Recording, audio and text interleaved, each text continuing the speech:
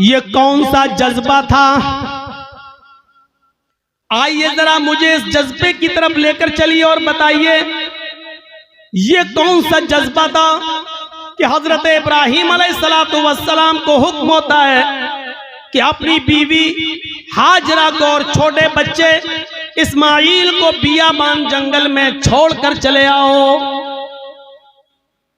इब्राहीम अलैहिस्सलाम अपनी बीवी हाजरा को और उस बच्चे को लेकर जा रहे हैं। उस वक्त तक बीवी को पता नहीं कि ये मुझे लेके कहां जा रहे हैं। मेरा शौहर है, जहां जा रहा है मैं भी जाऊंगी। मेरा शौहर है, मुझे उनके साथ चलना है। मेरे पति है, मुझे उनके साथ जाना है। चंद दिनों के सफर के बाद एक बियाबान जंगल आ जाता है। उस बियाबान जंगल के अंदर अपनी बीवी को छोड़ देते हैं, अपने बच्चे को छोड़ देते हैं। हाजरा को उसी जंगल में छोड़ दिया। इस्माइल जो अभी अपनी माँ का दूध पीते हैं उसी जंगल के अंदर छोड़ दिया। थोड़ी देर बैठते हैं, सस्ताते हैं और फिर वहां से जाने लगते हैं। इस मंजर पर जरा गौर कीजिए मेरे साथियों, ये मंजर हमें कुछ और बताता है। उस बियाबान जंगल में छोड़ दिया। आज जिस जंगल को हम मीना के नाम से जानते हैं, मीना की वादी के नाम से जानते हैं, उस जंगल में छोड़ दिया है। आपको पहले उसकी एक कंडीशन बता दें, आप यहां से कलिया चक तक जाएंगे, जगह जगह पर आपको बिजली के पोल मिलेंगे, जगह जगह पर आपको बिजली के खंबे मिलेंगे, आप रोशनी पाएंगे और सीधे कलिया चक पहुंच जाएंगे। लेकिन उस जमाने में बिजली के खंबे नहीं लगे हैं। दिन में भी साएं साएं बीत रही है। इब्राहीम अलैहिस्सलाम ने, हाजरा ने उस जंगल में दाएं बाएं देखा, बड़े बड़े दरख्त तो लगे हैं लेकिन दरख्तों पर एक चिड़िया भी नजर नहीं आ रही है।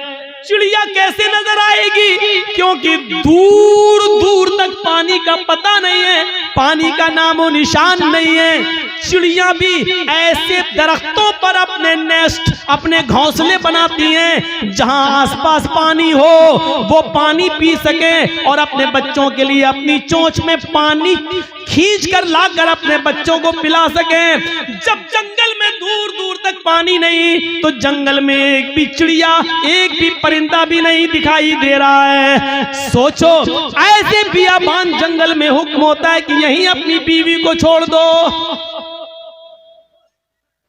हजरत इब्राहीम थोड़ी देर बैठते हैं, फिर वहां से चलने लगते हैं। हाजरा ने देखा कि इब्राहीम जा रहे हैं। यहां तो कोई दुकान भी नहीं कि कोई सौदा लेने जा रहे हो। यहां तो दूर तक कोई सब्जी फरोश भी नहीं दिख रहा है कि जिससे सब्जी खरीदने जा रहे हो।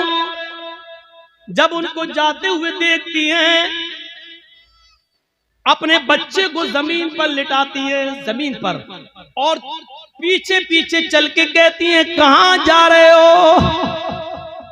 इब्राहीम अलैहिस्सलाम ने इस जुमले का जवाब नहीं दिया। कहां जा रहे हो? कुछ नहीं बोला, सीधे और आगे बढ़ते हैं। बीवी ने कहा, रे मैं पूछ रही हूं कहां जा रहे हो? इब्राहीम अलैहिस्सलाम ने अभी भी जवाब नहीं दिया। इब्राहीम अलैहिस्सलाम सीधे चले चले जा रहे हैं, पीछे मुड़कर देखने का नाम नहीं लेते। न बीवी को देख रहे हैं, न बच्चे को देख रहे हैं, चले चले जा रहे हैं। हाजरा ने अब पीछे से उनका दामन थामा, पीछे से उनका कुर्ता पकड़ा, पीछे से उनका दामन पकड़कर खींचा और खींच कर कहा, मैं कुछ पूछ रही हूं कि कहां जा रहे हो? हजरत इब्राहीम अलैहिस्सलाम ने ऐसे अपनी बीवी का हाथ पकड़ा और उसको यूं पकड़ के झटक दिया और आगे बढ़ने लगे। तब बीवी चीख कर कहती है, आए इब्राहीम, कुछ तो बोलो, क्या मैंने आपकी बीवी होकर आपकी कोई नाफरमानी की है? हक के रिफाकत को अदा करने में मुझसे कोई गुस्ताखी हुई है? मियां बीवी के जो हुकूक होते हैं उसमें कोई हमसे कमी हुई है? खिदमत में कोई कमी हुई है? आपकी सेवा में कुछ कमी हुई है, मुझसे कोई लग़्ज़िश हुई है जो इस बियाबान जंगल में मुझे और इस बच्चे को अकेले छोड़ के जा रहे हो। इब्राहीम अलैहिस्सलाम की आंखों में आंसू आ गए, लेकिन आंसुओं को जमीन पर नहीं गिरने दिया। आंखें चढ़ा ली, नजरें आसमान पे डाली और आंखों से गिरने वाले आंसुओं को आंखों ही में पी गए। उसका एक कतरा भी जमीन पर नहीं गिरने दिया। फिर इसका भी जवाब नहीं दिया। आगे बढ़ते गए, जब इसका भी जवाब नहीं मिला तो हाजरा एक जुमला कहती हैं, ऐ इब्राहीम जा रहे हो तो जाओ, लेकिन ये बताओ कि कब आओगे। इब्राहीम अलैहिस्सलाम के पास इस बात का भी जवाब नहीं, कुछ नहीं बोल रहे। आगे बढ़ते चले जा रहे हैं। खुशी खुशी लाए, अच्छी बातें करते हुए लाए, बीवी से प्यार भरी बातें करते हुए लाए, लेकिन जब जंगल में छोड़ा तो ऐसे पीठ फेर ली जैसे ये मेरी बीवी ही ना हो। जो पूछ रही है उसका भी जवाब नहीं। बीवी के सवाल भी गलत नहीं है, सही कह रही है कि मुझे अकेले इस बच्चे को अकेले छोड़ के जा रहे हो, और वो भी इस बियाबान जंगल में, लेकिन जवाब नहीं है। आगे और बढ़ते तो लास्ट में बीवी कहती है, हाजरा हाय इब्राहीम जब तुम जवाब ही नहीं दे रहे हो, ये भी नहीं मालूम कि कब आओगे, शाम तक आओगे, कल आओगे, 2 दिन बाद आओगे, 1 हफ्ते के बाद आओगे, 1 महीने के बाद आओगे, 1 साल के बाद आओगे, या आओगे ही नहीं। किसी भी सवाल का जवाब जब तुम्हारे पास नहीं है तो मैं इसको क्या समझूं। इसका भी जवाब नहीं। कहती है, आ इब्राहीम मैं आपकी बीवी हूं, मैं आपकी अमानत हूं, पता नहीं आप कब आए, अपनी इस अमानत को किसके हवाले करके जा रहे हैं ये तो बता दो। आप 10 साल के बाद आए, 20 साल के बाद आए, 1 साल के बाद आए, 2 साल के बाद आए, और अगर मैं जिंदा रहूं और मेरी इज्जत व आबरू न बच सके, जैसे एक बादशाह ने मेरी इज्जत व आबरू से खिलवाड़ करना चाहा लेकिन अल्लाह की मदद की वजह से वो नहीं कर सका। वो अगरचे सारा थी, दूसरी बीवी थी, और उसके बदले में फिर उसने हमें भी दे दिया एक लौंडी की शक्ल में, जिसको आपने अपनी बीवी बना लिया। आए इब्राहीम मुझे ये बताओ कि अपने अमानत को किसके सुपुर्द करके जा रहे हो। अगर मेरी इज्जत व आबरू महफूज न रही, मुझे किसके सुपुर्द करके जा रहे हो। बीवी जवाब कहती है, इला मन ततरुकुना, आए इब्राहीम आपने मुझे किसके हवाले किया है, हमें किसके जिम्मे सौंप के जा रहे हो। इस अमानत का जिम्मेदार कौन है। जब हाजरा ने यह कहा, कुरान के अल्फाज, इला मन ततरुकुना, आपने मुझे किसके सुपुर्द किया है, आपने मुझे किसके हवाले किया है। तब इब्राहीम अलैहिस्सलाम अब इसका जवाब देते हैं, लेकिन हाजरा की तरफ देख कर नहीं, बच्चे की तरफ देख कर नहीं। अगर पीछे घूमूंगा बीवी की शक्ल दिखेगी, मासूम बच्चे को देख लूंगा तो कहीं बीवी की और बच्चे की मोहब्बत मेरे दिल में ना आ जाए, और फिर मैं जिस काम के लिए अल्लाह के हुक्म से जा रहा हूं उस काम से कहीं मैं रुक न जाऊं। ईमानी ताकत देखिए, ईमानी ताकत की वजह से वो बीवी को नहीं देख रहे हैं, बच्चे को नहीं देख रहे हैं। बीवी की मोहब्बत है, बच्चे की मोहब्बत है, लेकिन ईमान की ताकत देखिए। क्या कहते हैं, न बीवी को देखना गवारा, न बच्चे को देखना गवारा, और बीवी कह रही है कि मुझे किसके सुपुर्द करके जा रहे हो। इस जंगल में तो चिड़िया भी नहीं है, हमें इस जंगल में रात होगी, खतरनाक जानवर भी तो आ सकते हैं, मेरा क्या होगा। मुझे बताओ मुझे किसके सुपुर्द करके जा रहे हो। इब्राहीम अलैहिस्सलाम ने कदम आगे बढ़ाते बढ़ाते चलते चलते जवाब दिया, इल्लल्लाह, आए मेरी बीवी, मैंने तुझे और तेरे इस बच्चे को, मैंने तुझे और अपने इस बच्चे को अल्लाह के सुपुर्द कर दिया, अल्लाह के हवाले कर दिया है। यानी अल्लाह ने मुझे छोड़ने का हुक्म दिया, मैंने अल्लाह के हुक्म से तुझे छोड़ा, इस बच्चे को छोड़ा। मैं कहाँ जा रहा हूँ मुझे पता नहीं, अल्लाह जहाँ ले जाएगा मैं जाऊंगा, जो हुक्म देगा मैं करूंगा, कब आऊंगा इसका भी कोई पता नहीं, जब तक उसकी इजाजत हुक्म ना होगा मैं नहीं आऊंगा। आए मेरी बीवी, मैंने तुझे और इस बच्चे को अल्लाह के सुपुर्द कर दिया है, अल्लाह के हवाले कर दिया है। अब इब्राहिम अलैहिस्सलाम की बीवी का भी जवाब सुनो। जब देख लिया कि मेरे शौहर ने मुझे अल्लाह के सुपुर्द कर दिया तो उसके ईमान की कैफियत देखो। अब हाजरा के अंदर भी अल्लाह का नाम सुनकर जो ईमान पैदा हुआ, जो ईमानी ताकत आई, अब वो उस जंगल के खतरों से नहीं डर रही है, उस बियाबान जंगल से नहीं डर रही है, उस जंगल के अंदर रात में कितने खतरनाक जानवर आएंगे उनसे नहीं डर रही है। इब्राहिम से कहती है जब आपने मुझे अल्लाह के सुपुर्द कर दिया, अल्लाह के हवाले कर दिया, जाइए, अब आपको रुकने की जरूरत नहीं है। इज़न ला युज़िउनल्लाहु अबदा। आए इब्राहिम, मेरी तरफ से और बच्चे की तरफ से बेफिक्र हो जाइए, चिंता मत करिए, घबराइए नहीं, अल्लाह हमको जाए नहीं करेगा, अल्लाह हमको बर्बाद नहीं करेगा, अल्लाह हमारा नुकसान नहीं करेगा, क्योंकि आपने मुझे अल्लाह के हवाले कर दिया है, अल्लाह के सुपुर्द कर दिया है। ये होती है ईमान की ताकत जो आज हमारे अंदर नहीं है। ये ईमान जब हमारे अंदर नहीं है तो जिल्लत तो आएगी, रुसवाई तो आएगी। अल्लाह ने ईमान के बारे में कहा था वला तहनु वला तहज़नु व अंतुमुल अअलौना इन कुंतुम मुमिनीन। हम इज्जत देंगे, बुलंदी देंगे, लेकिन ईमान पहले पैदा करो अपने अंदर, मोमिन बनकर दिखाओ। हाजरा ने मोमिना बनकर दिखाया, इब्राहिम ने मोमिन बनकर दिखाया, तो अल्लाह की मदद भी आई और बुलंदी भी मिली। अब देखो अल्लाह की मदद कैसे आती है। जब ईमान इनके अंदर पैदा हो गया, इब्राहिम ने अपने ईमान का हक अदा किया, हाजरा ने भी ईमान का हक अदा किया। अभी तक पीछे पीछे दौड़ रही थी कि बताओ मेरा क्या होगा। लास्ट में कहती है कि मुझे किसके सुपुर्द करके जा रहे हो। जवाब मिला अल्लाह के। फिर हट जाती है और कहती अब जाओ, हमारे और बच्चे की तरफ से बेफिक्र हो जाना, अल्लाह ने जो हुक्म दिया उसको करिए, अल्लाह हमें जाए नहीं करेगा, अल्लाह हमें बर्बाद नहीं करेगा। वो उस बियाबान जंगल में रुक जाती है, उसी जंगल में रहने लगती है। गौर करो कि उस जंगल में 2 या 3 दिन के लिए ही पानी था, 2 या 3 दिन के लिए सत्तू था, इसके अलावा हाजरा के पास कुछ नहीं था। सत्तू खत्म हो जाते हैं, पानी खत्म हो जाता है, कोई काफिला भी वहां से गुजरता नहीं है। क्यों कोई काफिला गुजरेगा, कोई बस्ती भी आबाद नहीं है, दूर दूर तक पानी का पता नहीं है। मैं माँ हूँ, 2-4 दिन भूखी प्यासी रह सकती हूँ, लेकिन ये मासूम बच्चा है जो मेरा दूध पीता है, जब मुझे कुछ मिलेगा नहीं तो दूध बनेगा कैसे। मैं खाऊंगी तो दूध बनेगा, जब दूध बनेगा तो बच्चा पिएगा।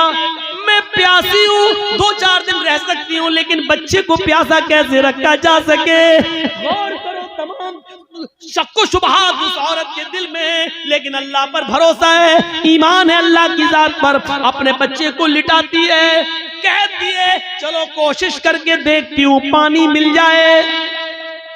दाएं देखा बाएं देखा, उसको कुछ नजर नहीं आ रहा था। सामने एक पहाड़ी नजर आई, उस पहाड़ी के ऊपर चढ़ जाती है, अपने बच्चे को जमीन पर छोड़ती है, उस पहाड़ी के करीब जाती है। उस पहाड़ी का नाम है सफा। उस पहाड़ी पे चढ़कर, ऊंचाई पे चढ़कर नीचे की तरफ देखती है। हम तो मस्जिद की छतों पे चढ़ के चांद को ऊपर की तरफ देखते हैं, ईद का बकरीद का चांद। वो ऊंचाई पे चढ़कर नीचे की तरफ देखती है, शायद इस पहाड़ी के नीचे कोई बस्ती रहती हो, कोई गांव हो, कोई अल्लाह के बंदे रहते हो, और मैं उनसे थोड़ा सा पानी मांग लूं बच्चे को पिलाने के लिए। वो जिस उम्मीद के साथ गई, उसकी उम्मीद पूरी नहीं हुई। पहाड़ी पे चढ़ के नीचे देखती है, लेकिन वहां कोई बस्ती नहीं है, कोई आबादी नहीं है, कोई गांव नहीं है। उसने उस बस्ती, उस पहाड़ी पे चढ़ के फिर घूमकर दूसरी तरफ देखती है कि उधर भी एक पहाड़ी नजर आ रही है। चले उस पहाड़ी के ऊपर चढ़ के देखे, शायद उधर पानी मिलता हो, या उस बस्ती के, उस पहाड़ी के नीचे कोई बस्ती आबाद हो। वो वहां से चलती है, कुछ देर रुक के चलती है, स्लो चलती है, और बच्चे की प्यास जब उसके दिमाग में आती है तो थोड़ा सा तेज दौड़ती है, तेज दौड़ती है, फिर थोड़ा सा स्लो होती है। वो 2-3 बार तेज दौड़ती है, 2-3 बार स्लो दौड़ती है। सफा से मरवा जाती है, लेकिन मरवा जाने के बाद भी उसको कोई बस्ती नजर नहीं आती। अब उसको मालूम है न सफा के नीचे कोई बस्ती है, न मरवा पहाड़ी के नीचे कोई बस्ती है, लेकिन बच्चे की प्यास जब देखती है तो बार बार जाती है। शायद कोई आने वाला आदमी मिल जाए, कोई काफिला मिल जाए, मैं किसी से पानी की चंद घूंट मांग कर बच्चे को पिला दूं। बच्चा अंगूठा अपने मुंह में रख के चूस रहा है। हदीस की किताबें कहती हैं सफा और मरवा के दौड़ दौड़ कर हाजरा ने 7 चक्कर लगा लिए। सफा से मरवा 1, मरवा से सफा 2, सफा से मरवा 3, मरवा से सफा 4, सफा से मरवा 5, मरवा से सफा 6, और फिर सफा से मरवा 7। फिर मरवा से सफा पर नहीं आई, 7 चक्कर लगाकर ना उम्मीद हो गई कि अब पानी नहीं मिलेगा, तो अपने बच्चे के पास आकर बैठ गई, नजरें आसमान पे डाली। इलाहुल आलमीन, तुझे मालूम है, तू सब कुछ जानता है, तेरी साथ से कोई चीज छिपी हुई नहीं है। 3 दिन पहले जब मेरा हस्बैंड, मेरा शौहर जा रहा था, मैंने उससे पूछा मुझे और इस बच्चे को किसके हवाले करके जा रहे हो? उसने कहा इल्लल्लाह, अल्लाह के हवाले। इलाहुल आलमीन, मेरा पति मुझे तेरे सुपुर्द करके गया है, इस बच्चे को तेरे सुपुर्द करके गया है। मैंने भी यकीन दिलाया अल्लाह मुझे जाए नहीं होने देगा। इलाहुल आलमीन, मैंने आज तक अपने पति की अमानत में खयानत नहीं की है। मेरे पति का ये बेटा, मेरा ये बच्चा आगे चलकर दीन की खिदमत करेगा, मैंने दीन के लिए वक़्फ कर दिया है। आय अल्लाह, मेरे इस बच्चे के लिए ग़िज़ा का इंतजाम फरमा दे, पानी का इंतजाम फरमा दे। दिल से जो आह निकलती है वो असर रखती है, पर नहीं ताकत परवाज मगर रखती है। ऊपर से अल्लाह रब्बुल आलमीन ने जिब्रील को हुक्म दिया, आए जिब्रील क्या देख रहे हो?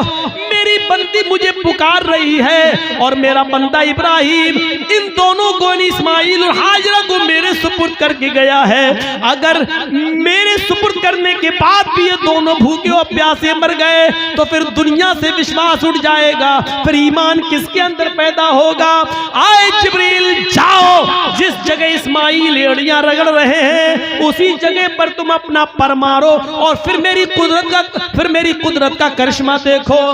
जिब्राइल आए और उसी जगह पर मारा और पानी का चश्मा उसी जगह फूट गया। इब्राहिम, हाजरा ने देखा कि पानी का चश्मा निकल गया तो वो रोकने लगी, पानी है वो बह रहा है, इधर ना चला जाए, उधर ना चला जाए। वो समझ रही थी शायद अभी ये थोड़ी देर के बंद हो जाएगा, तो समेट रही हैं और जज्बात में कह रही पानी तो बहता जा रहा है। वो ऐसे लेती चुल्लू ऐसे रोक रही हैं और कहती जम जम, अबरानी जबान कलब, जम जम, अरे कहां जा रहा? रुक रुक रुक रुक रुक, जम जम, जम जम का मतलब रुक रुक, ठहर जा।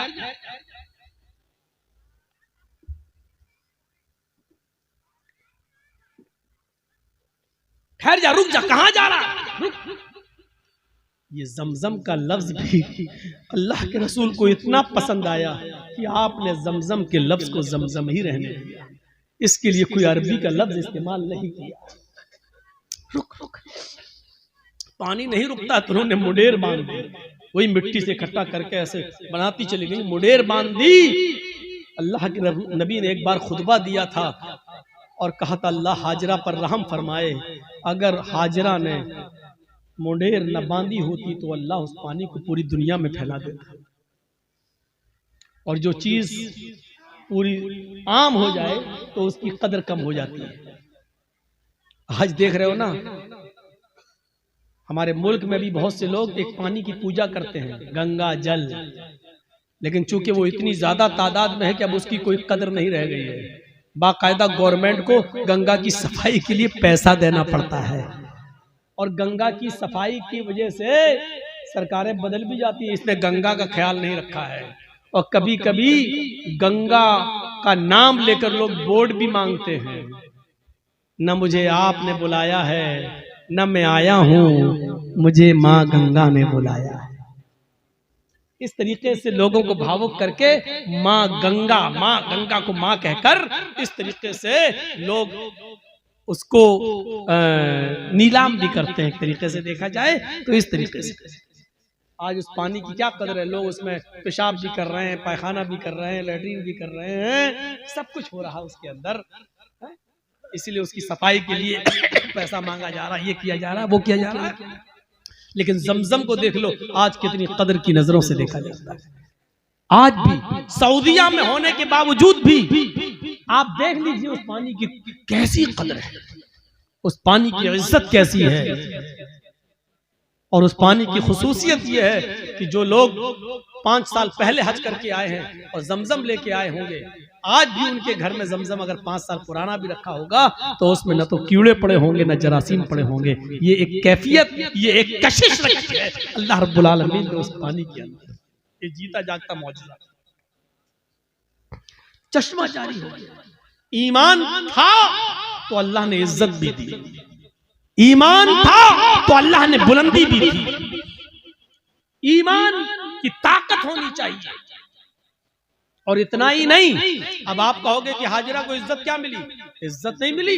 वो हाजरा जो ईमान की ताकत की वजह से इब्राहिम को छोड़ देती है और अपने बच्चे के लिए पानी की तलाश में सफा से मरवा के चक्कर लगाती है। 7 चक्कर लगाए। मैंने कहा था शुरू में, कभी स्लो दौड़ती है, कभी तेज दौड़ती है। अल्लाह के रसूल सल्लल्लाहु अलैहि वसल्लम ने हज का रुकन बना दिया है, सफा और मरवा के चक्कर लगाओ। जब तक तुम सफा और मरवा के चक्कर नहीं लगाओगे, न तुम्हारा हज माना जाएगा, न तुम्हारा उम्रा माना जाएगा।